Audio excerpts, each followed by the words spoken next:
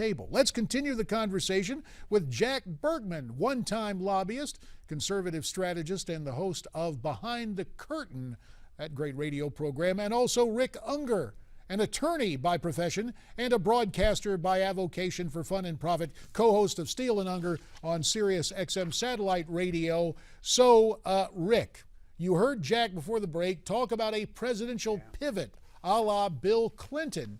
Is President Obama so ideologically grounded, I'm trying to be very diplomatic here, so convinced of his ideology that he cannot really work to compromise? You know, JD, I'm afraid that what really stuck with me, what I heard from Jack before the break, was the last thing he said. Because I think he's a good buddy of yours, and that means he must be a decent guy. I think I'd like to give up my airtime and give him a chance to correct what he said, because I kind of can't believe that came out of his mouth. Well, it was toward the end of the break. No, I stand behind it. I'm not talking about anything in terms of you stand behind the president. I'm talking being about compared strategy. to Hitler. I'm talking about really? I refer to Hitler and Chamberlain because of strategy. Obama used to have the upper hand strategically the way Hitler did. Now it seems like he's a Chamberlain in a weak position. My thing is Obama can't react the way Clinton did. Obama declared war. Obama sent a clear message of war to Republicans yesterday. He should have sent the olive branch. He should have said, you know, I haven't worked with Republicans. I haven't been able to reach out to the other side the way I should. I'm sorry. I haven't done that. I haven't done that as well as I could in the last 5 or 6 years.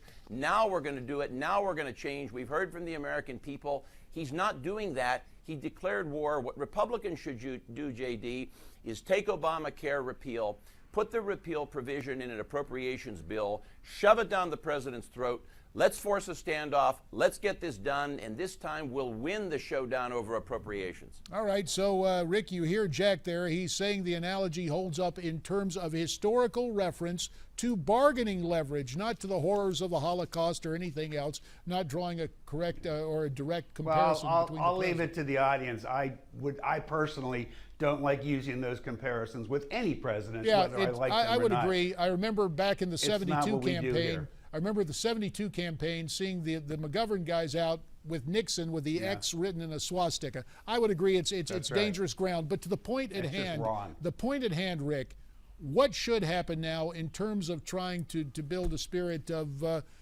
getting something done in Washington? Well, it's going to be interesting. I actually take Jack's point about appropriations. I'm not sure I would couch it in the words of ramming it down the president's throat, because I don't think things get rammed down a president's throat.